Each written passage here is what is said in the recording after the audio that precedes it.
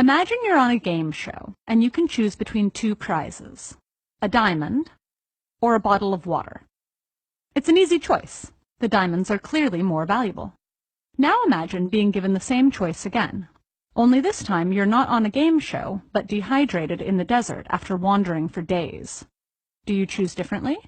Why? Aren't diamonds still more valuable? This is the paradox of value, famously described by pioneering economist Adam Smith. And what it tells us is that defining value is not as simple as it seems. On the game show, you were thinking about each item's exchange value, what you could obtain for them at a later time.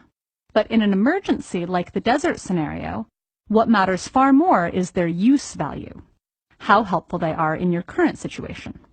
And because we only get to choose one of the options, we also have to consider its opportunity cost, or what we lose by giving up the other choice.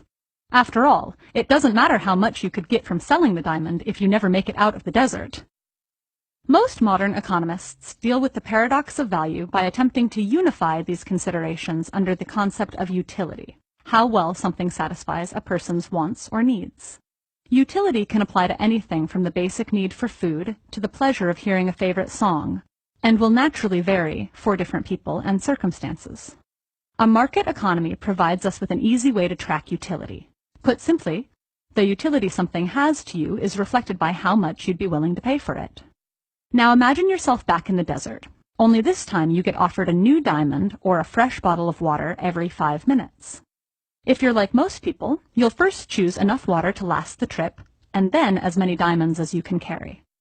This is because of something called marginal utility, and it means that when you choose between diamonds and water, you compare utility obtained from every additional bottle of water to every additional diamond.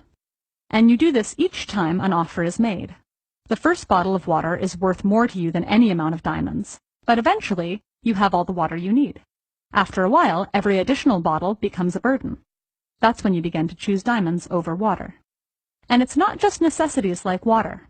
When it comes to most things, the more of it you acquire, the less useful or enjoyable every additional bit becomes. This is the law of diminishing marginal utility. You might gladly buy 2 or 3 helpings of your favorite food, but the 4th would make you nauseated, and the 100th would spoil before you could even get to it. Or you could pay to see the same movie over and over until you got bored of it or spent all of your money. Either way, you'd eventually reach a point where the marginal utility for buying another movie ticket became 0. Utility applies not just to buying things, but to all our decisions. And the intuitive way to maximize it and avoid diminishing returns is to vary the way we spend our time and resources. After our basic needs are met, we'd theoretically decide to invest in choices only to the point they're useful or enjoyable. Of course, how effectively any of us manage to maximize utility in real life is another matter.